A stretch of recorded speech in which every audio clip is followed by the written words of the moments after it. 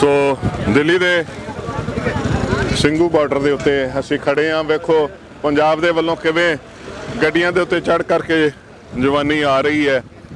ਬਜ਼ੁਰਗ ਡਟੇ ਹੋਏ ਨੇ, ਸਾਡੀਆਂ ਮਾਵਾਂ ਭੈਣਾਂ ਬੀਬੀਆਂ ਸਭ ਇਸ ਮੋਰਚੇ ਦੇ ਵਿੱਚ ਆਪਣਾ ਹਿੱਸਾ ਪਾ ਰਹੇ ਨੇ। ਇਸ ਵਕਤ ਅਸੀਂ ਇੱਥੇ ਕਾਰ ਸੇਵਾ ਕਿਲ੍ਹਾ ਆਨੰਦਗੜ੍ਹ ਸਾਹਿਬ ਵੱਲੋਂ ਜੋ ਲੰਗਰ ਸੇਵਾ ਚੱਲਦੀ ਪਈ ਹੈ ਉੱਥੇ ਖੜੇ ਹਾਂ। ਸਾਰੇ ਸੇਵਾ ਦੇ ਵਿੱਚ ਜੁਟੇ ਹੋਏ ਨੇ। ਇੱਧਰ ਇੱਕ ਕੈਂਪ ਜਿਹੜਾ ਚੱਲਦਾ ਪਿਆ ਅਤਿ ਸਤਿਕਾਰਯੋਗ ਸ਼੍ਰੀਮਾਨ ਸੰਤ ਬਾਬਾ ਸੇਵਾ ਸਿੰਘ ਉਹਨਾਂ ਦੇ ਨਗਰ ਨੌਰਾ ਤੋਂ ਜਿਹੜੀ ਸੇਵਾ ਵਾ ਇੱਥੇ ਸ਼ੁਰੂ ਹੋਈ ਹੈ ਕਾਫੀ ਦਿਨਾਂ ਤੋਂ। ਸੋ ਮੈਡੀਕਲ ਕੈਂਪ ਇੱਥੇ ਚੱਲਦਾ ਪਿਆ, ਨਾਲ ਲੰਗਰ ਸੇਵਾ ਚੱਲਦੀ ਪਈ ਹੈ। ਸੋ ਇਹ ਆਪ ਸਭ ਸੰਗਤਾਂ ਦੇ ਸਹਿਯੋਗ ਦੇ ਨਾਲ ਜੋ ਸੇਵਾ NRI ਵੀਰ ਭੇਜਦੇ ਨੇ, ਸੋ ਇੱਥੇ ਇਹ ਵੀਰ ਸੇਵਾ ਕਰਦੇ ਪਏ ਨੇ। ਕਦੋਂ ਤੋਂ ਕੈਂਪ ਲਗਾਇਆ ਜੀ ਇਹ ਵਾਲਾ? ਵਾਹਿਗੁਰੂ ਜੀ ਕਾ ਖਾਲਸਾ ਵਾਹਿਗੁਰੂ ਜੀ ਕੀ ਫਤਿਹ ਜੀ। ਇਹ ਜੀ ਅਸੀਂ 27 ਤਰੀਕ ਨੂੰ ਆਏ ਸੀ ਜੀ ਇੱਥੇ। ਇਹ 28 ਤਰੀਕ ਨੂੰ ਅਸੀਂ ਸਵੇਰੇ ਇੱਥੇ ਜੀ ਕੈਂਪ ਲਗਾਇਆ ਸੀ, ਜੋ ਅਸੀਂ ਪਿੰਡੋਂ ਦਵਾਈਆਂ ਲੈ ਕੇ ਆਏ ਸੀ। ਤੇ ਜਿਹੜਾ ਹੈਗਾ ਕੈਂਪ ਇਹ ਸੰਤ ਬਾਬਾ ਸੇਵਾ Singh ji free medical camp ਲਗਾਇਆ ਗਿਆ ਜੀ, NRI ਵੀਰਾਂ ਦੇ ਸਹਿਯੋਗ ਨਾਲ ਲਗਾਇਆ ਗਿਆ ਜੀ। ਤੇ ਕਿਵੇਂ ਦਾ ਜਦੋਂ ਤੁਸੀਂ ਖਾਸ ਤੌਰ ਤੇ 27 ਨੂੰ ਆਏ ਹੋ ਉਦੋਂ ਬੜਾ ਜ਼ੋਰ ਜਮਾਈ ਵਾਲਾ ਸਮਾਂ ਸੀ, ਤੇ ਕਿਵੇਂ ਦੇ ਇੱਥੇ ਤੁਹਾਡੇ ਕੋਲ ਜਿਹੜੇ ਦਵਾਈ ਲੈਣ ਵਾਸਤੇ ਆਉਂਦੇ ਨੇ ਉਦੋਂ ਕਿਵੇਂ ਦੇ ਆ ਰਹੇ ਸੀ? ਜਦੋਂ ਅਸੀਂ ਇੱਥੇ ਆਏ ਆ ਜੀ, ਇੱਥੇ ਕਾਫੀ ਮਤਲਬ ਜਾਮ ਲੱਗਾ ਸੀ, ਟਰੱਕਾਂ ਵਾਲੇ ਜ਼ਿਆਦਾ ਸੀਗੇ ਉਸ ਦਿਨ। ਟਰੱਕਾਂ ਦਾ ਜਾਮ ਕਾਫੀ ਲੱਗਿਆ ਹੋਇਆ ਸੀਗਾ ਤੇ ਸਾਡੇ ਕੋਲ ਕੁਝ ਕੁ ਦਵਾਈਆਂ ਸੀਗੀਆਂ ਨਾਲ ਦੀ ਨਾਲ। ਜਿੱਦਾਂ ਦਿਨ ਲੰਘਦੇ ਗਏ ਦਵਾਈਆਂ ਹੋਰ ਵੀ ਆਈ ਗਈਆਂ, ਪਿੱਛੋਂ ਪਿੰਡੋਂ ਵੀ ਆਈ ਗਈਆਂ, ਇੱਥੋਂ ਖਾਲਸਾ ਏਡ ਵਾਲੇ ਵੀ ਸਾਨੂੰ ਦੇਈ ਗਏ ਤੇ ਪੂਰਾ ਜ਼ੋਰ ਸੀ ਉਸ ਵੇਲੇ। 2-4 ਮੈਡੀਕਲ ਕੈਂਪ ਸੀਗੇ ਜੀ, ਬਾਕੀ ਮਹਾਰਾਜ ਦੀ ਕਿਰਪਾ ਨਾਲ ਚੱਲੀ ਜਾਂਦਾ, ਉਦੋਂ ਤੋਂ ਠੀਕ ਚੱਲੀ ਗਿਆ ਜੀ। ਸੋ ਬਿਲਕੁਲ ਇਹ ਸੇਵਾਵਾਂ ਮੈਂ ਸਮਝਦਾ ਕਿ ਜਿਹੜੀਆਂ ਨੇ ਚੱਲਦੀਆਂ ਨੇ, ਕਿਉਂਕਿ ਤਨ ਮਨ ਧਨ ਦੀ ਸੇਵਾ। ਸੋ ਜਿਹੜੀਆਂ ਸੰਗਤਾਂ ਦੂਰ ਨੇੜੇ ਬੈਠੀਆਂ ਨੇ ਉਹ ਆਪਣੀ ਸੇਵਾ ਜਿਹੜੀ ਹੈ ਉਹ ਆਰਥਿਕ ਤੌਰ ਤੇ ਦਸਵੰਧ ਦੀ ਭੇਜਦੀਆਂ ਨੇ। ਜਿਹੜੀਆਂ ਸੰਗਤਾਂ ਇੱਥੇ ਹਾਜ਼ਰ ਨੇ ਉਹ ਵੇਖੋ ਆਪਣੇ ਸੇਵਾ ਦੇ ਵਿੱਚ ਹਰਦਮ ਜੁਟੀਆਂ ਹੋਈਆਂ ਨੇ। ਸਾਰੇ ਬਜ਼ੁਰਗ ਬਾਬੇ ਨੌਜਵਾਨ ਸਭ ਸੇਵਾ ਦੇ ਵਿੱਚ ਜੁਟੇ ਹੋਏ ਨੇ। ਸੋ ਇੱਥੇ ਸਾਡੇ ਲਾਗੇ ਬੈਠੇ ਹੋਏ ਨੇ ਜੀ। ਹਾਂਜੀ, ਸਾਰਿਆਂ ਦੀ ਆ ਰਹੀ ਹੈ ਜੀ। ਹਾਂਜੀ, ਤੁਸੀਂ ਕਿੱਥੋਂ ਆਏ ਬਾਬਾ ਜੀ? ਅਸੀਂ ਤਰਨਤਾਰਨ ਆਏ, ਪਿੰਡ ਜੌੜੇ ਤੋਂ। ਜੌੜੇ ਤੋਂ, ਹਾਂਜੀ। ਠੀਕ ਹੈ। ਕਦੋਂ ਦੇ ਆਈਆਂ ਸੰਗਤਾਂ ਜੀ? ਸਾਨੂੰ 8 ਦਿਨ ਹੋ ਚਲੇ ਆਇਆ ਨੂੰ ਜੀ। 8 ਦਿਨ ਹੋ ਗਏ। ਹਾਂਜੀ। ਤੇ ਕਿਵੇਂ ਦਾ ਸੰਘਰਸ਼ ਹੁਣ ਕਿਵੇਂ ਦਾ ਵੇਖਦੇ? ਕਿੱਥੇ ਸੰਘਰਸ਼ ਬਹੁਤ ਤੇਜ਼ ਆ ਜੀ। ਅੱਛਾ ਜੀ। ਜਿੰਨਾ ਚਿਰ ਮੋਦੀ ਸਾਹਿਬ ਕੋਈ ਫੈਸਲਾ ਨਹੀਂ ਕਰਦਾ ਉਹਨਾਂ ਚਿਰ ਅਸੀਂ ਨਹੀਂ ਜਾਵਾਂਗੇ ਇੱਥੋਂ। ਇਹ ਸੰਘਰਸ਼ ਇਸ ਤਰ੍ਹਾਂ ਜਾਰੀ ਰਹੂਗਾ ਜਿੰਨਾ ਚਿਰ ਸਾਡੇ ਮਸਲੇ ਹੱਲ ਨਹੀਂ ਹੁੰਦੇ। ਤਿੰਨੇ ਆਰਡੀਨੈਂਸ ਜਿਹੜੇ ਆ ਇਹ ਫੇਲ ਨਹੀਂ ਹੁੰਦੇ ਜਾਂ ਰੱਦ ਨਹੀਂ ਹੁੰਦੇ, ਉਹਨਾਂ ਚਿਰ ਸਾਡਾ ਸੰਘਰਸ਼ ਜਾਰੀ ਰਹੂਗਾ। ਜੀ ਜੀ। ਤਾਂ ਬਿਲਕੁਲ ਸੰਘਰਸ਼ ਜਾਰੀ ਹੈ, ਕਿਉਂਕਿ ਇਹ ਸੰਘਰਸ਼ ਜਿਹੜਾ ਹੁਣ ਬੜਾ ਭਖਿਆ ਹੋਇਆ। ਸੋ ਇੱਕ ਹੋਰ ਆਪਾਂ ਇੱਥੇ ਦੇਖ ਸਕਦੇ ਹਾਂ, ਖਾਸ ਤੌਰ ਤੇ ਹੁਣ ਜਿਵੇਂ ਆਪਾਂ ਕਿਲ੍ਹਾ ਆਨੰਦਗੜ੍ਹ ਸਾਹਿਬ ਦੀ ਕਾਰ ਸੇਵਾ ਦੇ ਜਿੱਥੇ ਲੰਗਰ ਸੇਵਾ ਵੀ ਚੱਲਦੀ ਪਈ ਹੈ, ਪਿੱਛੇ ਸਾਰੀਆਂ ਸੇਵਾਵਾਂ ਜਿਹੜੀਆਂ ਨੇ ਲੰਗਰ ਬਣਾਇਆ ਵੀ ਜਾ ਰਿਹਾ, ਵਰਤਾਇਆ ਵੀ ਜਾ ਰਿਹਾ। ਸੋ ਸਾਡੇ ਨਾਲ ਇੱਥੇ ਬਾਬਾ ਜੀ ਦਾ ਪਰਿਵਾਰ, ਬਾਬਾ ਸੇਵਾ ਸਿੰਘ ਜੀ ਦੇ ਪਰਿਵਾਰ ਦੇ ਮੈਂਬਰਸ ਜਿਹੜੇ ਨੇ, ਉਹਨਾਂ ਦੇ ਪੋਤਰਾ ਸਾਹਿਬ ਉਹ ਵੀ ਸਾਡੇ ਨਾਲ ਮੌਜੂਦ ਨੇ। ਸੋ ਫਤਿਹ ਅਰਜ਼ ਕਰਾਂਗੇ ਜੀ। ਵਾਹਿਗੁਰੂ ਜੀ ਕਾ ਖਾਲਸਾ ਵਾਹਿਗੁਰੂ ਜੀ ਕਾ ਖਾਲਸਾ ਵਾਹਿਗੁਰੂ ਜੀ ਕੀ ਫਤਿਹ। ਸੋ ਬਾਬਾ ਜੀ ਦੇ ਪਰਿਵਾਰ ਦੇ ਰੂਪ ਦੇ ਵਿੱਚ ਤੁਸੀਂ ਸੇਵਾ ਕਰ ਰਹੇ ਹੋ। ਮੈਂ ਸਮਝਦਾ ਕਿ ਇੱਕ ਬੜੀ ਸੰਗਤ ਜੀ, ਇੱਕ ਖੂਬਸੂਰਤੀ ਹੈ ਕਾਰ ਸੇਵਾ ਕਿਲ੍ਹਾ ਆਨੰਦਗੜ੍ਹ ਸਾਹਿਬ ਵਾਲੀ, ਕਿ ਪਹਿਲੇ ਸਾਰੇ ਮਹਾਂਪੁਰਖਾਂ ਦੇ ਪਰਿਵਾਰ ਜਿਹੜੇ ਨੇ ਉਹ ਨਾਲ ਹੋ ਕਰਕੇ ਇੱਥੇ ਸੇਵਾ ਕਰਦੇ ਨੇ, ਹਮੇਸ਼ਾ ਹੀ ਸੇਵਾ ਕਰਦੇ ਨੇ। ਸੋ ਤੁਸੀਂ ਥੋੜ੍ਹਾ ਜਿਹਾ ਮੈਂ ਸਮਝਦਾ ਇਸ ਪੱਖ ਤੋਂ ਜੇ ਸਾਨੂੰ ਥੋੜ੍ਹੀ ਜਾਣਕਾਰੀ ਦਿੰਦੇ, ਕਿਹੜੇ ਕਿਹੜੇ ਪਰਿਵਾਰ ਜਿਹੜੇ ਨੇ ਉਹ ਮਹਾਂਪੁਰਖਾਂ ਦੇ ਇੱਥੇ ਸੇਵਾ ਦੇ ਵਿੱਚ ਆਉਂਦੇ ਨੇ ਲਗਾਤਾਰ ਜੀ? ਦੇਖੋ ਜੀ, ਪਹਿਲਾਂ ਤੋਂ ਹੀ ਸੰਤ ਬਾਬਾ ਸੇਵਾ ਸਿੰਘ ਦਾ ਪਰਿਵਾਰ, ਪੁੱਤਰ ਉਹ ਵੀ ਸੇਵਾ ਨਿਭਾਉਂਦੇ ਰਹੇ ਆ। ਫਿਰ ਬਾਬਾ ਭਾਗ ਸਿੰਘ ਦੇ ਪਰਿਵਾਰ ਵੀ, ਉਹਨਾਂ ਦੇ ਵੀ ਪੜਪੋਤਰੇ ਵੀ ਆ ਕੇ ਗਏ, ਸੇਵਾ ਕਰਕੇ ਗਏ ਜੀ। ਪੋਤਰੇ ਵੀ ਆ ਕੇ ਗਏ ਜੀ। ਤੇ ਬਾਬਾ ਲਵ ਸਿੰਘ ਦਾ ਪਰਿਵਾਰ ਵੀ ਵਿੱਚ ਨਾਲ ਹੀ ਸ਼ਾਮਿਲ ਹੈ ਜੀ। ਬਾਬਾ ਭਲਵਾਨ ਜੀ ਦਾ ਵੀ ਪੋਤਰੇ ਆ ਕੇ ਗਏ, ਸੇਵਾ ਕਰਕੇ ਗਏ ਜੀ। ਜਿੰਨੇ ਸੰਪਰਦਾਇ ਸੇਵਾਦਾਰ ਹੋਏ ਆ ਸਾਰੇ ਸੇਵਾ ਨਿਭਾਉਂਦੇ ਆ ਜੀ ਬਾਖੂਬ। ਜਿਸ ਤਰ੍ਹਾਂ ਚੱਲਦੀ ਹੈ ਜੀ ਇਸ ਤਰ੍ਹਾਂ ਹੀ ਨਾਲ ਲਗਨ ਨਾਲ ਕਰਦੇ ਆ, ਜਿੱਦਾਂ ਪਹਿਲਾਂ ਸੰਤਾਂ ਨੇ ਕੀਤੀ ਆ ਉਸ ਤਰ੍ਹਾਂ ਹੀ ਯਾਨੀ ਕਿ ਹਾਂਜੀ ਬਿਲਕੁਲ ਲਗਨ ਨਾਲ ਕਰਦੇ ਜੀ ਨਾਲ। ਸੋ ਲਗਨ ਤੇ ਉਹ ਸੇਵਾ ਭਾਵਨਾ ਜਿਹੜੀ ਹੈ ਉੱਦਾਂ ਹੀ ਚੱਲਦੀ ਹੈ ਜਿਵੇਂ ਮਹਾਂਪੁਰਖਾਂ ਦੇ ਸਮੇਂ ਦੇ ਉੱਤੇ। ਸੋ ਇਹ ਬੜੀ ਇੱਕ ਖੂਬਸੂਰਤੀ ਮੈਂ ਆਪਾਂ ਦੇਖ ਸਕਦੇ ਕਿ ਕਾਰ ਸੇਵਾ ਕਿਲ੍ਹਾ ਆਨੰਦਗੜ੍ਹ ਸਾਹਿਬ ਦੀ। ਸੋ ਹੋਰ ਵੀ ਬੜੀ ਇੱਕ ਖੂਬਸੂਰਤੀ ਆਪਾਂ ਸਾਰੇ ਜਾਣਦੇ ਹੀ ਹਾਂ ਕਿ ਗੁਰੂ ਨਾਨਕ ਨਿਸ਼ਕਾਮ ਸੇਵਕ ਜਥਾ ਸੋਹੋ ਰੋਡ ਬਰਮਿੰਘਮ ਵਾਲੇ ਮਹਾਂਪੁਰਖ ਤੇ ਇਸ ਸੰਸਥਾ ਦਾ ਇੱਕ ਬੜਾ ਅਨਿੱਖੜਵਾਂ ਆਪਸ 'ਚ ਜਿਹੜਾ ਤਾਲਮੇਲ, ਇੱਕ ਗੱਠਜੋੜ ਆਪਾਂ ਕਹਿ ਸਕਦੇ ਹਾਂ ਕਿ ਸਾਰੀ ਸੇਵਾ ਜਿਹੜੀ ਹੈ ਉਹ ਬੜੇ ਪਿਆਰ ਦੇ ਨਾਲ ਦੋਵੇਂ ਸੰਸਥਾਵਾਂ ਮਿਲ ਕੇ ਕਰਦੀਆਂ ਨੇ। ਕਿਤੇ ਵੀ ਕਾਰਜ ਹੋਣ ਦੋਵੇਂ ਸੰਸਥਾਵਾਂ ਇਕੱਠੇ ਲੰਗਰ ਲਾਉਂਦੀਆਂ, ਹੋਰ ਸੇਵਾਵਾਂ ਕਰਦੀਆਂ ਨੇ। ਉੱਥੇ ਆਪਾਂ ਜਾਣਦੇ ਹੀ ਹਾਂ ਕਿ ਜੋ ਸੁਲਤਾਨਪੁਰ ਲੋਧੀ ਦੀ ਧਰਤੀ ਦੇ ਉੱਤੇ ਵੀ ਜੋ ਉੱਥੇ ਸੇਵਾ ਹੋ ਰਹੀ ਹੈ, ਉਹ ਵੀ ਸੇਵਾ ਹੱਥੀਂ ਜਿਹੜੀ ਕਾਰ ਸੇਵਾ ਆ ਉਹ ਕਿਲ੍ਹਾ ਆਨੰਦਗੜ੍ਹ ਸਾਹਿਬ ਵੱਲੋਂ ਹੋ ਰਹੀ ਹੈ, ਤੇ ਜਿਹੜਾ ਮੂਲ ਮੰਤਰ ਸਥਾਨ ਤਿਆਰ ਹੋ ਰਿਹਾ ਉਹਦੀ ਸੇਵਾ ਜਿਹੜੀ ਆ ਉੱਥੋਂ ਜਥਾ ਵੀ ਭੇਜਦਾ ਪਿਆ। ਸੋ ਇਹ ਬੜੀ ਇੱਕ ਚੜ੍ਹਦੀ ਕਲਾ ਦੀ ਮੈਂ ਸਮਝਦਾ ਇੱਕ ਬੜੀ ਵਧੀਆ ਮਿਸਾਲ ਹੈ ਕਿ ਇਹ ਸੰਸਥਾ ਜਿਹੜੀ ਹੈ ਚੜ੍ਹਦੀ ਕਲਾ 'ਚ ਸੇਵਾਵਾਂ ਕਰ ਰਹੀ ਹੈ। ਤੇ ਇੱਥੇ ਜਿਹੜੇ ਸਿੰਘ ਡਟੇ ਹੋਏ ਨੇ ਸਾਰੇ ਲੰਗਰਾਂ ਦੀਆਂ ਤਿਆਰੀਆਂ ਦੇ ਵਿੱਚ ਲਗਾ ਲਈਏ, ਤੇ ਇੱਧਰੋਂ ਹੋਰ ਜਿਹੜੇ ਨੌਜਵਾਨ ਚੜ੍ਹੇ ਆਉਂਦੇ ਨੇ, ਕਿਉਂਕਿ ਟਰਾਲੀਆਂ ਜਿਹੜੀਆਂ ਨੇ ਰਾਤ ਨੂੰ ਵੀ ਤੁਰ ਪੈਂਦੀਆਂ ਨੇ, ਸਵੇਰੇ ਵੀ ਤੁਰ ਪੈਂਦੀਆਂ ਨੇ। ਸੋ ਇਹ ਹਰ ਪੱਖ ਤੋਂ ਮੋਰਚਾ ਜਿਹੜਾ ਬੜੇ ਜ਼ੋਰ ਤੇ ਆ, ਤੇ ਹੋਰ ਨੇੜੇ ਤੇੜੇ ਦੇ ਜਿਹੜੇ ਲੋਕ ਜਿਹੜੇ ਇੱਥੇ ਪਹੁੰਚਦੇ ਨੇ ਉਹ ਵੀ ਮੈਂ ਸਮਝਦਾ ਕਿ ਗੁਰੂ ਦੇ ਲੰਗਰਾਂ 'ਚੋਂ ਪ੍ਰਸ਼ਾਦਾ ਛਕ ਕੇ ਧੰਨ ਹੋ ਰਹੇ ਨੇ। ਸੋ ਆਪਾਂ ਦੇਖ ਸਕਦੇ ਹਾਂ ਕਿ ਇਸ ਵੇਲੇ ਬਿਲਕੁਲ ਜਿੱਧਰੋਂ ਪੰਜਾਬ ਵੱਲੋਂ ਆਹ ਦੇਖੋ ਜੀ, ਇਹ ਇੱਥੋਂ ਦੇ ਲੋਕਲ ਜਿਹੜੇ ਲੋਕ ਨੇ ਪਿੱਛੋਂ ਕਿਤੇ ਜਲੇਬੀਆਂ ਦਾ ਪ੍ਰਸ਼ਾਦ ਲੈ ਕੇ ਆਏ, ਨਾਲੇ ਉਹ ਛਕਦੇ ਜਾ ਰਹੇ ਨੇ। ਸੋ ਇਹ ਜਿਹੜਾ ਇੱਕ ਬੜਾ ਸੋਹਣਾ ਮੈਂ ਸਮਝਦਾ ਕਿ ਭਾਈਚਾਰਾ ਸਾਡਾ ਇੱਥੇ ਸਾਡੇ ਸਾਹਮਣੇ ਆ ਰਿਹਾ। ਸੋ ਇੱਧਰੋਂ ਪੰਜਾਬ ਤੋਂ ਗੱਡੀਆਂ ਚੱਲੀਆਂ ਆ ਰਹੀਆਂ ਨੇ ਜੀ, ਨਿਹੰਗ ਸਿੰਘ ਫੌਜਾਂ ਵੀ ਆ ਰਹੀਆਂ ਨੇ। ਸੋ ਸਾਰੇ ਹੀ ਮੇਰੇ ਵੀਰ ਜਿਹੜੇ ਨੇ ਇੱਥੇ ਚਾਹੇ ਦਿੱਲੀ ਦੇ ਨੇ ਚਾਹੇ ਲਾਗਲੇ ਇਲਾਕਿਆਂ ਦੇ ਨੇ, ਉਹ ਵੀ ਇੱਥੇ ਪਹੁੰਚਦੇ ਨੇ। ਤੇ ਇੱਕ ਸੁਨੇਹਾ ਜਿਹੜਾ ਜਾ ਰਿਹਾ ਉਹ ਸਭ ਤੋਂ ਵੱਡਾ ਸੁਨੇਹਾ ਹੈ ਜਿਹੜਾ ਗੁਰੂ ਕਲਗੀਧਰ ਪਾਤਸ਼ਾਹ ਨੇ ਸਾਨੂੰ ਬਖਸ਼ਿਸ਼ ਕੀਤਾ ਸੀ ਕਿ ਮਾਨਸ ਕੀ ਜਾਤ ਸਭ ਹੈ ਇੱਕ ਹੈ ਪਹਿਚਾਨ ਵੋ। ਇਸ ਖੇਤਰ ਦੇ ਲੋਕਾਂ ਨੂੰ ਪਤਾ ਲੱਗ ਗਿਆ ਕਿ ਪੰਜਾਬੀ ਕੀ ਹੁੰਦੇ ਨੇ, ਸਰਦਾਰ ਕੀ ਹੁੰਦੇ ਨੇ, ਤੇ ਗੁਰੂ ਨਾਨਕ ਸਾਹਿਬ ਦੇ ਸਿੱਖ ਕਿਵੇਂ ਦੇ ਹੁੰਦੇ ਨੇ, ਉਹ ਕਿਵੇਂ ਸੇਵਾਵਾਂ ਕਰਦੇ ਨੇ। ਇਹ ਸਾਰਾ ਸੰਦੇਸ਼ਾ ਇੱਥੋਂ ਬੜੀ ਉੱਚੀ ਸੁਰ ਦੇ ਵਿੱਚ ਮੈਂ ਸਮਝਦਾ ਜਾ ਰਿਹਾ ਜੀ। ਸੋ ਦਿੱਲੀ ਦੇ ਗਾਜ਼ੀਪੁਰ ਬਾਰਡਰ ਦੇ ਉੱਤੇ ਉੱਡਦੇ ਪਰਿੰਦੇ ਵੀ ਮੈਨੂੰ ਲੱਗਦਾ ਕਿ ਸਰਕਾਰਾਂ ਨੂੰ ਸੁਨੇਹਾ ਦੇਣ ਦੇ ਨੇ ਕਿ ਕਿਸਾਨ ਬੜੀ ਵੱਡੀ ਤਾਦਾਦ ਦੇ ਵਿੱਚ ਪਹੁੰਚੇ ਹੋਏ ਨੇ। ਸੋ ਜਿੱਥੇ ਅਸੀਂ ਸਿੰਘੂ ਬਾਰਡਰ ਦਾ ਸਾਰਾ ਹਾਲ ਤੁਹਾਡੇ ਨਾਲ ਸਾਂਝਾ ਕੀਤਾ, ਹੁਣ ਇਹ ਗਾਜ਼ੀਪੁਰ ਬਾਰਡਰ ਜਿਹੜਾ ਕਿ ਮੇਰਠ ਰੋਡ ਹੈ, ਇਹ ਜਿਹੜਾ ਸਾਡੇ ਇਸ ਪਾਸੇ ਰੋਡ ਹਾਈਵੇ ਜਿਹੜਾ ਬਣਿਆ ਹੋਇਆ, ਇਹ ਫਲਾਈਓਵਰ ਦੇ ਥੱਲੇ ਇੱਕ ਸਾਈਡ ਤੇ ਸਾਰਾ ਵੱਡਾ ਕੈਂਪ ਜਿਹੜਾ ਬਣਿਆ ਹੋਇਆ। ਸੋ ਇਹ ਦਿੱਲੀ ਮੇਰਠ ਰੋਡ ਹੈ, ਉਹਦੇ ਉੱਤੇ ਗਾਜ਼ੀਪੁਰ ਬਾਰਡਰ ਹੈ ਜਿੱਥੇ ਕਿ ਬਹੁਤ ਵੱਡੀ ਤਾਦਾਦ ਦੇ ਵਿੱਚ ਇੱਥੇ ਕਰੀਬ 1.5 ਕਿਲੋਮੀਟਰ ਦਾ ਏਰੀਆ ਜਿਹੜਾ ਸਾਰਾ ਹੀ ਜਿੱਥੇ ਕਿ ਟਰੈਕਟਰ ਟਰਾਲੀਆਂ ਤੇ ਹੋਰ ਗੱਡੀਆਂ ਵਗੈਰਾ ਖੜੀਆਂ ਨੇ।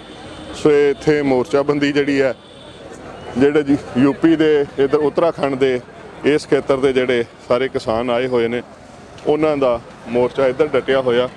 ਤੇ ਇੱਥੇ ਵੀ ਜੇ ਇੱਕ ਆਪਾਂ ਪੰਛੀ ਝਾਤ ਜੀ ਇੱਥੇ ਖੜੇ ਖੜੇ ਜੇ ਮਾਰੀਏ ਤੇ ਆਲੇ ਦੁਆਲੇ ਗੁਰੂ ਕੇ ਲੰਗਰ ਜਿਹੜੇ ਨੇ ਉਹ ਸਾਨੂੰ ਨਜ਼ਰ ਆਉਣਗੇ। ਤੇ ਗੁਰਦੁਆਰਾ ਬੰਗਲਾ ਸਾਹਿਬ ਤੋਂ ਕਾਰ ਸੇਵਾ ਧੂਰੀ ਵਾਲੇ ਬਾਬਾ ਕਸ਼ਮੀਰ ਸਿੰਘ ਜੀ ਉਹ ਪਹੁੰਚੇ ਹੋਏ ਨੇ, ਖੁਦ ਆਪਣਾ ਸਾਰੇ ਸੇਵਾਦਾਰਾਂ ਨੂੰ ਲੈ ਕੇ। ਇੱਧਰ ਵੀ ਸਬਜ਼ੀ ਭਾਜੀ ਸਾਰਾ ਤਿਆਰੀਆਂ ਚੱਲਦੀਆਂ ਪਈਆਂ ਨੇ। ਸੋ ਹਰ ਪਾਸੇ ਜਿਹੜਾ ਕਿਸਾਨ ਲਾਮਬੰਦ ਹੋਇਆ ਬੈਠਾ ਹੈ। ਸੋ ਜਿੱਥੇ ਪਹਿਲਾਂ ਇਹ ਗੱਲ ਸਰਕਾਰਾਂ ਨੇ ਕਹਿਣ ਦੀ ਕੋਸ਼ਿਸ਼ ਕੀਤੀ ਕਿ ਤਕਲੀਫ ਸਿਰਫ ਜਿਹੜਾ ਪੰਜਾਬ ਤੇ ਹਰਿਆਣੇ ਦੇ ਕਿਸਾਨਾਂ ਨੂੰ ਤਕਲੀਫ ਆ, ਪਰ ਮੈਂ ਸਮਝਦਾ ਕਿ ਸਾਰੇ ਹੀ ਕਿਸਾਨ ਪਰੇਸ਼ਾਨੀ 'ਚ ਨੇ। ਕੁਝ ਵੀਰ ਸਾਡੇ ਨਾਲ ਖੜੇ ਨੇ। ਵਾਹਿਗੁਰੂ ਜੀ ਕਾ ਖਾਲਸਾ ਵਾਹਿਗੁਰੂ ਜੀ ਕੀ ਫਤਿਹ। ਕਿੱਥੋਂ ਆਏ ਜੀ ਆਪ ਜੀ? ਅਸੀਂ ਯੂਪੀ ਤੋਂ ਆਏ ਹਾਂ ਜੀ। ਯੂਪੀ ਤੋਂ ਕਿਹੜਾ ਨਗਰ ਜੀ? ਡਿਸਟ੍ਰਿਕਟ ਬਿਜਨੌਰ ਹੈ ਜੀ। ਹਾਂਜੀ ਹਾਂਜੀ ਹਾਂਜੀ। ਤੇ ਕਿਵੇਂ ਇੱਥੇ ਜੋ ਮਾਹੌਲ ਬਣਿਆ ਹੋਇਆ ਜੀ?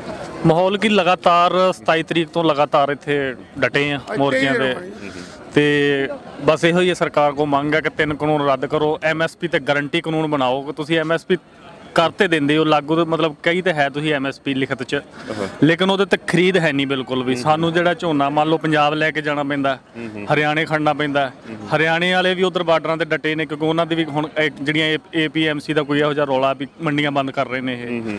ਤੇ ਜਦੋਂ ਸਾਡਾ ਉੱਥੇ ਜਾ ਕੇ ਵਿਕਦਾ ਸੀ ਤਾਂ ਹੁਣ ਵਿਕੇਗਾ ਕਿੱਥੇ?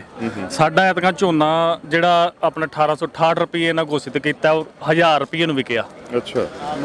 1000 ਨੂੰ 900 ਨੂੰ ਲਿਆ। ਨਹੀਂ 1900 ਦੇ ਵਿੱਚ ਤਾਂ ਤੁਹਾਡੇ ਖਰਚੇ ਵੀ ਨਹੀਂ ਪੂਰੇ ਹੁੰਦੇ ਹੋਣੇ। ਕੁਝ ਨਹੀਂ ਪੂਰਾ ਹੁੰਦਾ ਜੀ, ਬਹੁਤ ਮਤਲਬ ਬਦਹਾਲੀ ਹੈ। ਤੇ ਜੇ ਹੁਣ ਗੰਨਾ, ਸਾਡਾ ਗੰਨਾ ਵੈਸੇ ਖੇਤਰ ਇਧਰ ਗੰਨਾ ਵੀ ਲਾਉਂਦੇ ਨੇ, ਮਿੱਲਾਂ ਹੈਗੀਆਂ ਨੇ, ਲੇਕਿਨ ਪਿਛਲੇ ਸਾਲ ਦੀ ਪੇਮੈਂਟ ਜਿਹੜੀ ਹੈ ਗੰਨੇ ਦੀ ਉਹ ਵੀ ਰੁਕੀ ਹੋਈ ਹੈ।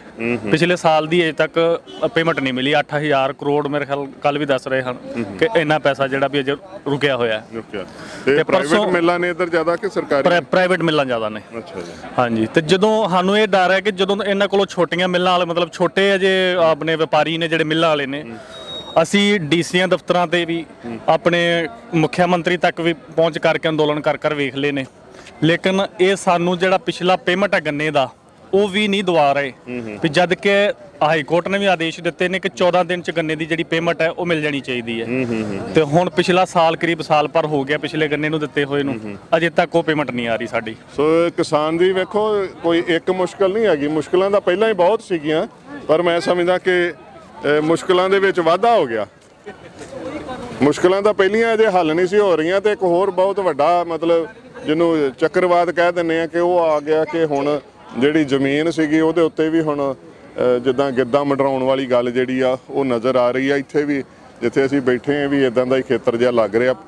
ਸੋ ਸਾਨੂੰ ਮਹਿਸੂਸ ਹੋ ਰਿਹਾ ਕਿ ਕਿਸਾਨ ਚਾਹੇ ਕਿਸੇ ਵੀ ਪ੍ਰਾਂਤ ਦਾ ਹੈ, ਕਿਸੇ ਵੀ ਧਰਮ ਨਾਲ ਸੰਬੰਧਿਤ ਹੈ, ਉਹਦੇ ਮਨ ਦੇ ਵਿੱਚ ਇਹ ਭਾਵਨਾ ਜ਼ਰੂਰ ਹੈ ਕਿ ਆਪਣੀ ਜ਼ਮੀਨ ਦੇ ਵਾਸਤੇ, ਆਪਣੀ ਇੱਥੋਂ ਦੀ ਮਿੱਟੀ ਦੇ ਵਾਸਤੇ ਉਹ ਖੜਾ ਹੈ, ਉਹ ਹਰ ਪੱਖ ਤੋਂ ਤਿਆਰ ਹੈ। ਸੋ ਇੱਥੇ ਕੁਝ ਕਿਸਾਨ और भी यूपी ਦੇ ਵੀ ਆਏ ਨੇ, ਇਹਨਾਂ ਨਾਲ ਵੀ ਗੱਲ ਕਰਦੇ हैं। तो भाई साहब आप कहाँ से? यूपी बिजनौर। बिजनौर से जी। तो कैसे लग रहा है अभी इतनी ठंड में यहाँ पे आके संघर्ष करना पड़ रहा है? ये तो मजबूरी है, मजबूरी है किसान की, क्योंकि इन्होंने 3 काले कानून ऐसे पेश करे हैं जिससे जो किसान धरती में गड़ गया, कर्जदार होने जा रहा है, और एक पोजीशन ऐसे आने वाली है कि मतलब इसने ख़त्म करना चाह रहे हैं, किसानी को बिल्कुल ख़त्म करना चाह रहे हैं। क्योंकि जो इन्होंने लागू किया था वो तो लागू कर दिया, लेकिन जो MSP वगैरह ये जो कुछ है ये बकावा, एक तरीके बहकावा बताते हैं कि किसान को बहकावे करके हिला रहे, सरकार बता रही है, लेकिन ऐसा कुछ नहीं है, क्योंकि मतलब बहकावा हम नहीं, बहकावे वो आ रहे हैं। सो हालात इवें दे बने हुए ने कि आपां देख सकते हैं कि सारे ही डटे हुए ने, नौजवान किसान, बुजुर्ग किसान। तो आप कहाँ से आए तब जी? हम भी यूपी जिला बिजनौर। सारे बिजनौर से? हाँ, सब बिजनौर से। तो कैसा मतलब बड़ा अजीब सा लग रहा है नहीं? हाँ जी, अनिश्चितकाल का धरना है अब ये सब का लग रहा। तो किसान सड़क पर उतरा इस वजह से है कि जब इसके खिलाफ इसकी जो भूमि जमीन से लगा हुआ था धरती से, इसे जो है मजदूर बनाना चाह रहे हैं ये, तो इस वजह से सड़क पर आना पड़ा। किसान अपनी समस्या लेकर, बच्चे नहीं जानने की हमारी मेन कहाँ थी, खेती खत्म कर देंगे, तो इसलिए यहाँ आना पड़ा।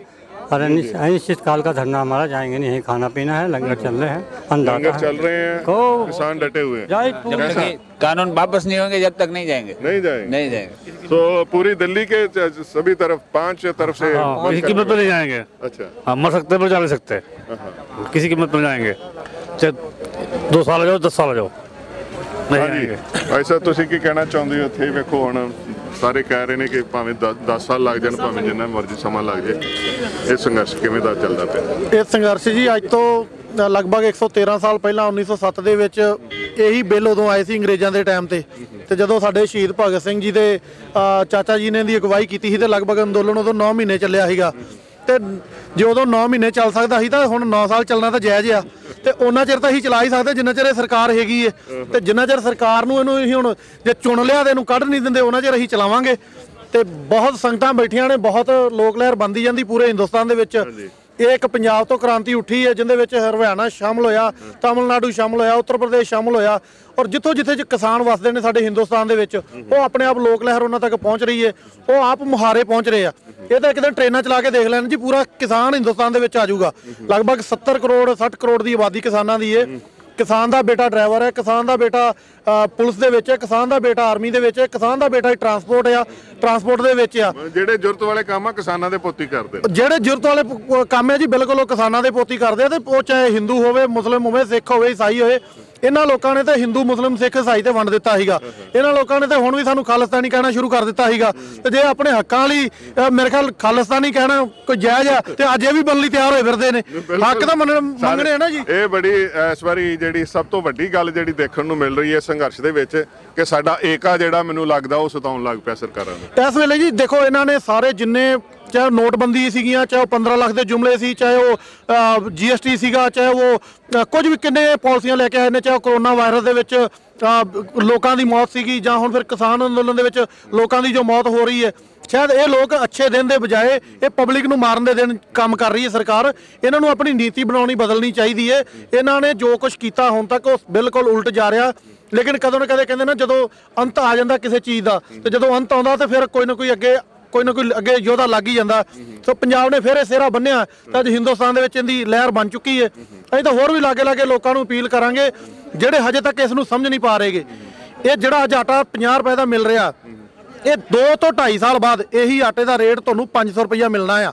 ਇਹ ਜਿਹੜੀ ਆਮ ਪਬਲਿਕ ਜਿਹੜੀ ਅੱਜ ਸਾਨੂੰ ਮਾੜੀ ਨਿਗਾਹ ਨਾਲ ਵੇਖ ਰਹੀ ਨਾ, ਖਰੇ ਹੀ ਰੋਡ ਬੰਦ ਕੀਤੇ, ਸਾਡਾ ਕੋਈ ਕਿਸੇ ਨੂੰ ਪਰੇਸ਼ਾਨ ਕਰਨ ਦਾ ਮਕਸਦ ਨਹੀਂ ਹੈ। ਪਰ ਜੋ 2.5 ਸਾਲ ਬਾਅਦ ਪਰੇਸ਼ਾਨੀ ਪਬਲਿਕ ਨੇ ਝੇਲਣੀ ਹੈ, ਜਿੰਦੇ ਵਿੱਚ ਲਗਭਗ 80 ਕਰੋੜ ਹਿੰਦੁਸਤਾਨ ਦੇ ਲੋਕ ਆਉਂਦੇ ਆ, ਲਗਭਗ 80% ਆਬਾਦੀ ਆਉਂਦੀ, ਇਹ ਪਰੇਸ਼ਾਨੀ ਆਉਣ ਵਾਲੇ ਟਾਈਮ 'ਚ ਉਹਨਾਂ ਨੇ ਲੋਕਾਂ ਨੇ ਭੁਗਤਣੀ ਹੈ।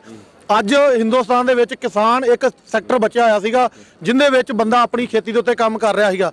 ਇਹ ਜ਼ਮੀਨਾਂ ਸਾਨੂੰ ਬਾਬਾ ਬੰਦਾ ਸਿੰਘ ਬਹਾਦਰ ਦੇ ਟਾਈਮ ਤੋਂ ਅਲਾਟ ਹੋਈਆਂ ਨੇ। ਇਹ ਜ਼ਮੀਨਾਂ ਸਾਨੂੰ ਮਹਾਰਾਜਾ ਰਣਜੀਤ ਸਿੰਘ ਨੇ ਸਾਨੂੰ ਹੱਕ ਦਿੱਤੇ ਆ, ਤੇ ਹੱਕ ਤੋਂ ਬਾਅਦ ਅਸੀਂ ਇਹਨਾਂ ਜ਼ਮੀਨਾਂ ਨੂੰ ਆਪਣੀ ਮਾਂ ਬਣਾਇਆ। ਤੇ ਮਾਂ ਦੇ ਨਾਲ ਗਦਾਰੀ ਕੋਈ ਵੀ ਨਹੀਂ ਕਰ ਸਕਦਾ, ਚਾਹੇ ਉਹ ਹਿੰਦੂ ਹੋਵੇ, ਚਾਹੇ ਉਹ ਮੁਸਲਮਾਨ ਹੋਵੇ, ਚਾਹੇ ਉਹ ਸਿੱਖ ਹੋਵੇ, ਚਾਹੇ ਉਹ ਈਸਾਈ ਹੋਵੇ। ਇਸ ਕਰਕੇ ਇਹ ਬਿੱਲ ਵਾਪਸ ਇਹਨਾਂ ਨੂੰ ਲੈਣੇ ਚਾਹੀਦੇ ਆ। ਔਰ ਇੰਨੀ ਕਿਹੜੀ ਆਫਤ ਆਈ ਸੀ ਕਿ ਇਹ ਕਰੋਨਾ ਵਿੱਚ ਦੀ ਟਾਈਮ ਦੇ ਵਿੱਚ ਹੀ ਸਾਰਾ ਕੁਝ ਕਰ ਦਿੱਤਾ, ਅਧਿਆਦੇਸ਼ ਪਾਸ ਕਰ ਦਿੱਤਾ। ਬਲਕਿ ਉਹ ਅਧਿਆਦੇਸ਼ ਹੁਣ ਪਾਸ ਹੋਣਾ ਚਾਹੀਦਾ। ਇਹਨੂੰ ਬਿੱਲ ਦੇ ਵਿੱਚ ਅਮੈਂਡਮੈਂਟ ਕਰਕੇ ਇਹਨੂੰ ਰੱਦ ਕਰੋ ਔਰ ਕਿਸਾਨਾਂ ਨੂੰ ਉਹਨਾਂ ਦੇ ਹਾਲਾਤਾਂ ਦੇ ਜਿਵੇਂ ਹੈਗੇ ਨੇ, ਜੇ ਅਸੀਂ ਖਾਣੀ ਖੀਰ ਆ ਤੇ ਸਾਨੂੰ ਦੇਣਗੇ ਜ਼ਹਿਰ, ਅਸੀਂ ਕਿਵੇਂ ਖਾ ਲਾਂਗੇ? ਤੇ ਜੇ ਅਸੀਂ ਖਾਣਾ ਜ਼ਹਿਰ ਚਾਹੁੰਦੇ ਆ ਤੇ ਤੁਸੀਂ ਸਾਨੂੰ ਖੀਰ ਕਿਵੇਂ ਖਵਾ ਦਿਓਗੇ? ਸਾਨੂੰ ਇਹ ਬਿੱਲ ਨਹੀਂ ਚਾਹੀਦੇ। ਆਪਣੇ ਬਿੱਲ ਆਪਣੇ ਕੋਲ ਰੱਖੋ, ਜਿਨ੍ਹਾਂ ਨੂੰ ਤੁਸੀਂ ਖੁਸ਼ ਕਰਨ ਵਾਸਤੇ ਦਿੱਤੇ ਆ ਉਹਨਾਂ ਨੂੰ ਹੀ ਦੇ ਦਿਓ ਜਾ ਕੇ। ਅਸੀਂ ਇਹਨਾਂ ਬਿੱਲਾਂ ਤੋਂ ਬਿਲਕੁਲ ਸਹਿਮਤ ਨਹੀਂ ਹੈਗੇ। ਅਸੀਂ ਆਪਣੇ ਸਾਰੇ ਕਿਸਾਨ ਏਕਤਾ ਦੇ ਨਾਲ ਆ, ਆਪਣੇ ਭਰਾਵਾਂ ਦੇ ਨਾਲ ਆ। ਤੇ ਕੀ ਪ੍ਰੋਗਰਾਮ ਹੈ ਇਸ ਬਾਰडर ਤੇ, ਕਿਵੇਂ ਦਾ ਪ੍ਰੋਗਰਾਮ ਚੱਲਦਾ ਪਿਆ ਜੀ? ਹਾਂਜੀ ਵੀਰ जी, आपने एक सवाल किया इनसे, मैं हिंदी में बोलता हूँ। आपने इनसे एक सवाल किया, आप एक चीज बताइए, कोई खालिस्तानी कहता है, कोई आतंकवादी कहता है, कोई कुछ कहता है, कोई कहता है टुकड़े टुकड़े गैंग बैठे हुए हैं। इस देश के अंदर में कोई अगर टुकड़ा टुकड़ा गैंग है तो ये गोदी मीडिया है, जिसने पूरे देश को पिछले 6 सालों में बांट दिया है। नंबर 1। नंबर 2, मोदी जी कहते हैं कि ये किसानों के भलाई के लिए बिल है। आज जो इतनी सफाई देनी पड़ रही है और किसान यहाँ पे बैठे हुए हैं, नहीं पहले तो सरकार ये भी नहीं मानती थी कि इसमें कुछ अमेंडमेंट चाहिए। अभी अमेंडमेंट पर तक आ गई है। अभी भी बहुत अच्छा सवाल किया आपने, अमेंडमेंट तक आ गए हैं, क्योंकि पहले इनको लगा था कि किसान इस बिल को समझेगा ही नहीं और पढ़ेगा ही नहीं। तीसरी चीज मैं ये कहना चाहता हूँ, पूरी दुनिया को पता है कि क्या हो रहा है किसानों के साथ भारत में। अगर ये टुकड़े टुकड़े गैंग और आतंकवादी और खालिस्तानी है तो इस देश में सरकार भी अंग्रेजों की ही चल रही है। जो किसान इस आंदोलन में आके और अपने हक की आवाज उठाना चाहते हैं, उन किसानों को जगह जगह आज रोका जा रहा है। आखिर वो किस कानून के तहत रोका जा रहा है? क्या इस देश में एक राज्य से दूसरे राज्य में जाने के लिए वीजा चाहिए क्या जैसे चाणक्यपुरी में अलग अलग देशों के एम्बेसी बने हुए हैं, क्या अलग अलग राज्य के वीजा ऑफिस खुलेंगे क्या? ये देश में कानून कब से बन गया? असंतोष की आवाज उठाना इस संविधान में हक दिया है सबको। आप किसी भी सरकार से नाखुश हैं, किसी भी उसके नीति के खिलाफ आप अपनी आवाज उठा सकते हैं, उसके लिए आप आजाद है, स्वतंत्र है। लेकिन पिछले 6 सालों में क्या हुआ? आप आवाज उठाइए तो आपके लिए, आपके ऊपर उपा, देशद्रोही, क्या क्या आपके कानून के अंदर आपको अंदर कर दिया जाएगा। अभी कल की बात है, कल यूपी सरकार ने 6 किसानों के ऊपर में यूपी संभल में 50 लाख रुपए का उस पर मुचलका ठोक दिया, क्योंकि तुम किसानों को भड़का रहे हो। क्या देश में एक दूसरे से आदमी बात करे, अपने विचारों का आदान प्रदान करे तो वो भड़काना हो गया? ये क्या हो रहा है देश में? मैं सिर्फ इतना कहना चाहता हूं कि सुप्रीम कोर्ट में अगर ये बात गई, सुप्रीम कोर्ट में 3 PIL गए थे। एक किसानों को रोड से हटाने के लिए, एक PIL था किसानों की मांगे मान ली जाए, और तीसरा PIL गया था कि किसानों को जंतर मंतर जाने दिया जाए। किसानों के एक PIL के ऊपर जो सुनवाई हुई, उसमें जो भी फैसला आया, एक अच्छा फैसला सुप्रीम कोर्ट का ये आया। और बहुत दिनों बाद एक अच्छा फैसला लोगों को पसंद आया कि कम से कम आज किसान अपना प्रोटेस्ट कर सकते हैं, उनको हम रोक नहीं सकते, वो उनका मौलिक अधिकार है। अच्छा फैसला है सुप्रीम कोर्ट का। क्या सुप्रीम कोर्ट में ये सवाल नहीं उठना चाहिए, सुप्रीम कोर्ट को ये सवाल सरकार से नहीं पूछना चाहिए, आज जो ये हालात हमारे देश में पैदा हुए उसका क्या वजह है? आखिर आपने किससे पूछ के ये बिल पास किया था? 14 करोड़ किसान, खेतिहर मजदूर, 16 करोड़ से जुड़े मजदूर, 30 करोड़ और उसके अलावा 30 से 40 करोड़ अलग अलग तरीकों से कृषि क्षेत्र से जुड़े हुए हैं। 70 करोड़ की आबादी हमारे कृषि के ऊपर निर्भर है। उनका फैसला आप झटके में कर देंगे? किससे पूछ के किया है? सुप्रीम कोर्ट को ये सवाल पूछना बनता था। और जिससे पूछ के किया, क्या उनके साथ 100 लाख, 2 लाख, 5 लाख किसान संगठन जो अपने आप को कह रहे थे, आपको समर्थन तो दिया होगा? क्योंकि देखिए, बहुत लोगों को पता नहीं है, जब ये बिल बनता है और पास होता है उससे पहले की एक प्रक्रिया है। लोकसभा और राज्यसभा में पास होने से पहले उस पर पब्लिक ओपिनियन ली जाती है, उस पर बिल्कुल बाकायदा लेटर लगाया जाता है कि इन्हीं संगठनों ने हमें समर्थन दिया कि ये बिल ठीक है आपका। वो कौन से संगठन थे? सुप्रीम कोर्ट को ये सवाल पूछना चाहिए था। मीटिंगें तो आज भी सरकार कर रही है, संगठन को बुला के, पता नहीं बना के कर रही है। पाजी एक चीज बताओ, आज के डेट में इलेक्ट्रॉनिक का जमाना है जिसका भरपूर फायदा मोदी सरकार उठा रही है, चाहे वो गोदी मीडिया हो, चाहे कुछ और भी टूल हो। लेकिन क्या इस डिजिटल के दौर में लेटर हेड, तो आप आज 50 नाम रख के आप लेटर हेड छाप लो, दे दो कि हमारे पास ये 50 समर्थन आए थे। लेकिन उस 50 लेटर हेड के जो उसमें नेता है, उन नेता के साथ 50 किसान भी है, ये भी तो दिखाना पड़ेगा ना उनको। आप समर्थन कागजों पे लेके आए थे, जिससे भी लेके आए थे, ये तो जग जाहिर है। क्योंकि अगर आप किसानों फिजिकली किसान से आपने अगर पूछ के किया होता तो ये नौबत नहीं आती आज। ਫਿਰ ਅੱਜ ਜਿਹੜੀਆਂ 700 ਰੈਲੀਆਂ ਕਰ ਰਹੇ ਨੇ ਜਾਂ 700 ਪਾਲ ਲਗਾ ਰਹੇ ਨੇ, ਇਹ ਲਗਾਉਣ ਦੀ ਲੋੜ ਕਿਉਂ ਪਈ? ਫਿਰ ਜੇ ਇੰਨੇ ਸੰਗਠਨ ਇਹਨਾਂ ਦੇ ਨਾਲ ਸੀਗੇ, ਇੰਨਾ ਹੀ ਵਿਸ਼ਵਾਸ ਚ ਲੋਕਾਂ ਨੂੰ ਲਿਆ ਹੋਇਆ ਸੀਗਾ, ਤੇ ਇੰਨੀਆਂ ਚ ਰੈਲੀਆਂ ਕਰਨ ਦੀ ਲੋੜ ਕਿਉਂ ਪੈ ਗਈ? 700 ਰੈਲੀਆਂ, ਹਰਿਆਣਾ ਦੇ ਵਿੱਚ ਚੁਣਾਵ ਟਾਈਮ ਤੋਂ ਪਹਿਲਾਂ ਚੁਣਾਵ, ਉਸ ਤੋਂ ਬਾਅਦ ਨੌਕਰੀਆਂ ਹੁਣ ਅੱਗੇ ਕੱਢਣ ਜਾ ਰਹੇ ਨੇ ਵੀ ਨੌਕਰੀਆਂ ਵੀ ਕੱਢ ਦਿੰਨੇ ਆ ਵੀ ਕਿਸੇ ਨਾ ਕਿਸੇ ਤਰੀਕੇ ਲੋਕ ਵਾਪਸ ਮੁੜਨ। आप क्या समझते हैं कि इसका दबाव सरकार पे बना हुआ है, सारे संगठन? बिल्कुल दबाव बना हुआ है। देखिए, मैं आपको एक चीज बताता हूँ, इस देश में पिछले 6 सालों में देश को एक पूरी तरह से निजी हाथों में दे दिया गया था। और जितने भी आवाज उठे, चाहे आप रेलवे एम्प्लॉय की बात कर ले, चाहे आप BSNL एम्प्लॉय की बात कर ले, चाहे और भी सेक्टर, तेल कंपनियां निजी कंपनी के हाथों में दी गई, रिटेल सेक्टर ऑलरेडी निजी कंपनी के हाथों में, लोगों के व्यापार बंद हो गए, ट्रांसपोर्ट सेक्टर निजी कंपनी के हाथों में जा चुकी है, बैंक निजी कंपनी के हाथों में जाने के लायक बना दिया इन्होंने। 18 बैंक हुआ करते थे 2014 से पहले, सरकारी बैंकों की बात कर रहा हूँ, 4 पे लाके खड़ा कर दिया। वजह क्या? इतना घपला घोटाला। उस आंकड़ों में भी बहुत लंबा आंकड़ा मैं नहीं जाऊंगा, लेकिन एक बात बताइए, एक किसान का सेक्टर जो बहुत तरीके से इन्होंने सोचा कि 2-2 हजार रुपए सम्मान निधि का राशि देते रहो, किसान चू नहीं बोलेगा। क्योंकि 2019 में मोदी जी का इलेक्शन जीतना, उनको लगा कि अब जब मैं इतना झूठ बोल के इलेक्शन जीत सकता हूं तो अब मेरा कोई कुछ बिगाड़ नहीं पाएगा। 2019 में उन्होंने चुनाव जीता, और 2019 के चुनाव जीतते ही जो फैसले उन्होंने उसके बाद भी लिए हैं, आप देखेंगे कि बिल्कुल ही उसको बोलते हैं तानाशाही वाले फैसले लिए हैं। तो आप दबाव की बात कर रहे हैं, जो आपने सवाल किया था, इस देश का किसान जब उठ के खड़ा हो गया कि जब उसके सेक्टर पे हाथ रखी गई, उसको निजीकरण में डालने, झोंकने की कोशिश की गई, ये एक बहुत बड़ा सेक्टर था और आखिरी सेक्टर था जो कॉर्पोरेट के हाथों में देने जा रहे थे मोदी जी। हालांकि बिल के हिसाब से तो दे ही चुके हैं, लेकिन जब किसान खड़ा हो गया, और इस किसान की ये खूबसूरती रही है, हमेशा देश का इतिहास रहा है कि किसान जब देखा कि देश को उसकी जरूरत है और भारत को बचाने के लिए खड़ा होना चाहिए, तो हमारे किसान भाई खड़े हुए। मैं एक ही नाम लूंगा, हमारे किसान भाई खड़े हुए, चाहे हिंदू हो, मुस्लिम हो, सिख हो, ईसाई हो, हर किसान उठ के खड़ा हुआ। और जब किसान खड़ा हुआ है, उसने इतिहास बदल के रख दिया है। ये सरकार को याद रखना होगा। तो मैं भारत के 138 करोड़ जनता के तरफ से मैं इन सब तमाम किसानों का धन्यवाद करता हूं, जो 3 डिग्री टेम्परेचर में रात गुजार के, और सिर्फ अपनी नहीं, आप पूरे भारत की जनता की तरफ से लड़ाई लड़ रहे हैं। और आपकी चेहरे की झुर्रियां, आंखों की रोशनी, ये सब देखते हुए वो नौजवान भी शर्मा जाता है कि जो हमारे बुजुर्ग अगर उठ के खड़े हैं, तो हम भी जोश से लबरेज होकर आपके साथ खड़े हैं और आवाज में आवाज उठाता रहा, पूरा भारत उठाता रहेगा। तो बिल्कुल वेखो, लोगों के मनां दी आवाज़, ये ताड़ी जिहड़ी एवें नहीं वजी, ये सरकारां दे तक पहुंचनी चाहिदी है। सरकारां नूं समझना चाहिदा कि लोग किन्ने परेशान ने। किसी नूं इत्थे आपां देख सकते हैं, बुजुर्ग बैठे ने, इधर साडे बुजुर्ग मातावां भैणां साडियां, देखो किन्नी 80-80 साल ਦੇ ਅਸੀਂ ਬਜ਼ੁਰਗ ਦੇਖ ਕੇ ਆਏ ਆ, ਤੇ ਕਈ ਤਾਂ ਹੈਂਡੀਕੈਪ ਵੀ ਪਹੁੰਚੇ ਹੋਏ ਨੇ ਇਸ ਸੰਘਰਸ਼ ਦੇ ਵਿੱਚ। ਇਹਨਾਂ ਬਜ਼ੁਰਗਾਂ ਨੂੰ ਤਾਂ ਅਸੀਂ ਜੀ ਇਹਨਾਂ ਦਿਨਾਂ ਦੇ ਵਿੱਚ ਹੀਟਰ ਲਾ ਕੇ ਆਪਣੇ ਕਮਰਿਆਂ 'ਚ ਬਿਠਾਉਂਦੇ ਹੁੰਦੇ ਸੀ ਵੀ ਬਾਹਰ ਨਾ ਨਿਕਲੋ, ਠੰਡ ਲੱਗ ਜਾਏਗੀ। ਪਰ ਇਹ ਬਜ਼ੁਰਗ ਅੱਜ ਤਾਂ ਨਿਕਲੇ ਨੇ ਕਿਉਂਕਿ ਇਹਨਾਂ ਨੂੰ ਵੀ ਹੈ ਕਿ ਘਰੇ ਰਹਿ ਕੇ ਘੁੱਟ ਕੇ ਮਰਨ ਨਾਲੋਂ ਸ਼ਹੀਦੀ ਪਾਉਣੀ ਚੰਗੀ ਹੈ। ਤੇ ਅਸੀਂ ਨਾਲ ਇਹ ਵੀ ਅੱਜ ਇਤਿਹਾਸ 'ਚ ਦੋ ਨਾਂ ਲਿਖੇ ਜਾਂਦੇ ਆ, ਇੱਕ ਗਦਾਰਾਂ ਦਾ ਤੇ ਇੱਕ ਇਮਾਨਦਾਰਾਂ ਦਾ। ਤੇ ਜਿਹੜੇ ਅੱਜ ਸੰਗਠਨ ਫਰਜੀ ਬਣ ਕੇ ਸਰਕਾਰਾਂ ਦੀਆਂ ਚਾਲਾਂ ਦੇ ਵਿੱਚ ਫਸ ਕੇ ਇਹਨਾਂ ਲੋਕਾਂ ਦੇ ਨਾਲ ਧੋਖਾ ਕਰਨ ਜਾ ਰਹੇ ਆ, ਅਸੀਂ ਉਹਨਾਂ ਨੂੰ ਵੀ ਹੱਥ ਜੋੜਦੇ ਆ। ਬੇਸ਼ੱਕ ਬਹੁਤ ਡੋਗਰੇ ਬਹੁਤ ਗਦਾਰੀਆਂ ਹੋਈਆਂ ਸਾਡੇ ਨਾਲ, ਪਰ ਹੁਣ ਕਿਸਾਨਾਂ ਨਾਲ ਗਦਾਰੀ ਨਾ ਕਰੋ। ਇਹੋ ਜਿਹੇ ਜਗ੍ਹਾ 'ਚ ਢਕੇਲ ਕੇ ਇਹੋ ਜਿਹੇ ਬਜ਼ੁਰਗਾਂ ਨੂੰ ਨਾ ਜਾਓ ਕਿ ਇਹਨਾਂ ਦੀਆਂ ਤੁਹਾਡੀਆਂ ਆਂਦਰਾਂ ਉਲੂਨ ਦੇਣ, ਬਾਅਦ ਵਿੱਚ ਤੁਹਾਡੇ ਘਰਾਂ ਦਾ ਕੱਖ ਨਹੀਂ ਰਹਿਣਾ। ਇਸ ਟਾਈਮ ਜੋ ਕਿਸਾਨ ਨਾਲ ਗਦਾਰੀ ਕਰੇਗਾ ਉਹਦੇ ਕੱਖ ਨਹੀਂ ਬਚੇਗਾ ਉਹਦੇ ਪਰਿਵਾਰ ਦਾ। ਸੋ ਇਹਨਾਂ ਦੀਆਂ 80-80 ਸਾਲ ਦੇ ਬਜ਼ੁਰਗਾਂ ਦੀਆਂ ਦੁਆਵਾਂ ਤੁਹਾਨੂੰ ਉਹ ਲੈ ਸਕਦੇ ਜੇ ਤੇ ਲੈ ਲਓ, ਵਧਵਾ ਨਾ ਲਿਆ ਜੇ ਕਿਸੇ ਦੀ, ਕਿਉਂਕਿ ਇਹ ਤੁਹਾਡੇ ਵਾਸਤੇ ਲੜ ਰਹੇ ਆ, पूरे देश के किसानों वास्ते लड़ रहे हैं। बिल्कुल। मैं पाजी आपकी सॉरी मैं माफी चाहता हूँ, मैं पूरे भारत की जनता से एक अपील करना चाहता हूँ कि आप उनके साथ नहीं खड़े हो पा रहे हैं, आपकी कोई मजबूरी होगी, आपका रोजी रोजगार होगा, घर की कोई मजबूरी होगी। मैं पूरे भारत की जनता से अपील करता हूँ जो देशभक्त हैं और जो अपने देश से प्यार करते हैं, जिस देश को बेचा जा रहा है और आखिरी सेक्टर किसान था, जो किसान खड़े हो गए, वो आप ना आ पाए, इनके साथ ना खड़े हो पाए, आप अपने गाड़ी के पीछे हम अन्नदाता के साथ हैं या आई सपोर्ट फार्मर्स लिख के जरूर एक छोटा सा स्टिकर लिख ले। ये बहुत बड़ा योगदान होगा, ताकि आपका भी योगदान इस आंदोलन में याद रखा जाएगा कि आप भी किसानों के साथ खड़े थे। छोटा योगदान ही सही, वो बहुत बड़ा योगदान है, ताकि आप रोड पर चले तो लोग कहे कि ये देखो देशभक्त जा रहा है जो किसान के साथ खड़ा है। ਸੋ ਬਿਲਕੁਲ ਗੱਲ ਹੈ ਕਿ ਜੰਗਲ ਨੂੰ ਅੱਗ ਲੱਗ ਗਈ ਤੇ ਚਿੜੀ ਜਿਹੜੀ ਸੀ ਚੁੰਝ ਭਰ ਕੇ ਪਾਣੀ ਲਿਆਉਣ ਲੱਗੀ। ਕਿਸੇ ਨੇ ਆਖਿਆ ਵੀ ਚਿੜੀ ਇਹਦੇ ਨਾਲ ਇੰਨੇ ਕੁ ਪਾਣੀ ਨਾਲ ਕੀ ਹੋਣਾ, ਪਰ ਉਹਨੇ ਜਿਹੜਾ ਜਵਾਬ ਦਿੱਤਾ ਸੀ ਉਹ ਇਹੀ ਜਵਾਬ ਹੈ।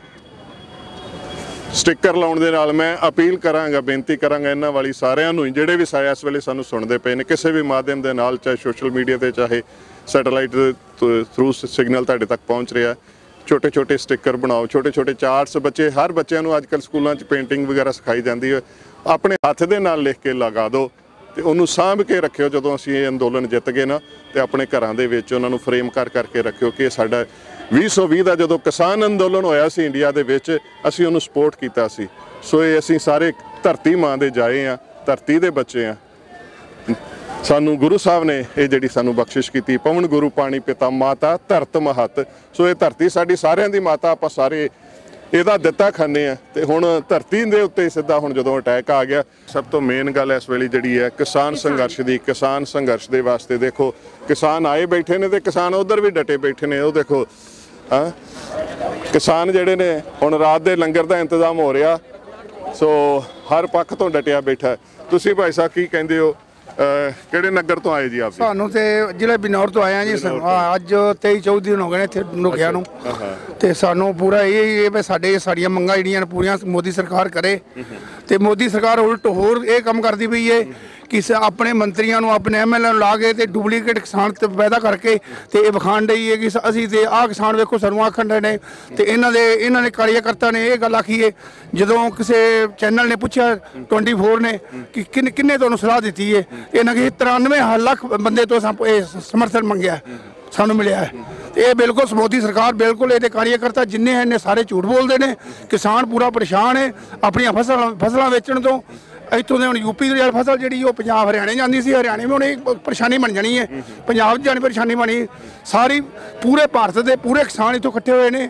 ਤੇ ਇਹ ਨਹੀਂ ਕਿ ਇਕੱਲੇ ਅਸੀਂ, ਸਾਰੀਆਂ ਕੌਮਾਂ ਦੇ ਵਿੱਚ ਹਿੰਦੂ ਵੀ ਨੇ, ਮੁਸਲਮਾਨ ਵੀ ਨੇ, ਸਾਰੀਆਂ ਬਰਾਦਰੀਆਂ ਦੇ ਕਿਸਾਨ ਨੇ। ਤੇ ਸਾਰੇ ਕਿਸਾਨ ਹਰ ਕੋਈ ਪਰੇਸ਼ਾਨ ਹੈ। ਤੇ ਮੈਨੂੰ ਲੱਗਦਾ ਇਹ ਸੁਣੀ ਅਨਸੁਣੀ ਜਿਹੜੀ ਗੱਲ ਹੋ ਰਹੀ ਹੈ, ਪਰ ਸਮਾਂ ਆਏਗਾ ਕਿ ਹੁਣ ਇਹਨੂੰ ਸੁਣਨਾ ਪਏਗਾ, ਕਿਉਂਕਿ ਇਹ ਆਵਾਜ਼ ਬਹੁਤ ਉੱਚੀ ਹੁੰਦੀ ਜਾ ਰਹੀ ਹੈ ਤੇ ਇਹਦੀ ਗੂੰਜ ਜਿਹੜੀ ਹੈ ਨਾ ਹੁਣ ਪੂਰੇ ਵਿਸ਼ਵ ਦੇ ਵਿੱਚ ਜਾ ਚੁੱਕੀ ਹੈ। ਸੋ ਇਹਨਾਂ ਨੂੰ ਚਾਹੇ ਬੈਰੀਕੇਡ ਲਗਾ ਕੇ ਇੱਕ ਜਗ੍ਹਾ ਤੇ ਸਾਰੇ ਪਾਸੋਂ ਕੱਟ ਆਫ ਕਰਨ ਦੀ ਵੀ ਕੋਸ਼ਿਸ਼ ਜਿਹੜੀ ਹੋ ਰਹੀ ਹੈ। ਸਾਨੂੰ ਵੀ ਕਾਫੀ ਪਰੇਸ਼ਾਨੀ ਹੋਈ, ਕਰੀਬ 1 ਘੰਟਾ ਸਾਨੂੰ ਇੱਥੇ ਤੱਕ ਪਹੁੰਚਣ ਵਾਸਤੇ ਲੱਗ ਗਿਆ, ਕਿਉਂਕਿ ਹਰ ਪਾਸੇ ਰੋਡ ਬਲੌਕਸ ਕੀਤੀਆਂ ਗਈਆਂ ਸਨ। ਸੋ ਇੱਦਾਂ ਬਲੌਕ ਕਰਕੇ ਸਰਕਾਰਾਂ ਜਿਹੜੀਆਂ ਨੇ ਆਵਾਮ ਦੀ ਆਵਾਜ਼ ਨਹੀਂ ਦਬਾ ਸਕਦੀਆਂ। ਸੋ ਇਹ ਸਰਕਾਰਾਂ ਨੂੰ ਸਮਝਣਾ ਚਾਹੀਦਾ ਹੈ ਇਹ ਡੈਮੋਕ੍ਰੇਸੀ ਹੈ ਇੱਥੇ, ਔਰ ਉਜਵਾੜੇਸ਼ਾਹੀ ਵਾਲਾ ਜਿਹੜਾ ਫਰਮਾਨ ਨੇ ਜਾਂ ਉੱਦਾਂ ਦੇ ਜਿਹੜੇ ਹਾਲਾਤ ਬਣਦੇ ਪਏ ਨੇ ਇਹਨਾਂ ਨੂੰ ਬਦਲਣਾ ਚਾਹੀਦਾ।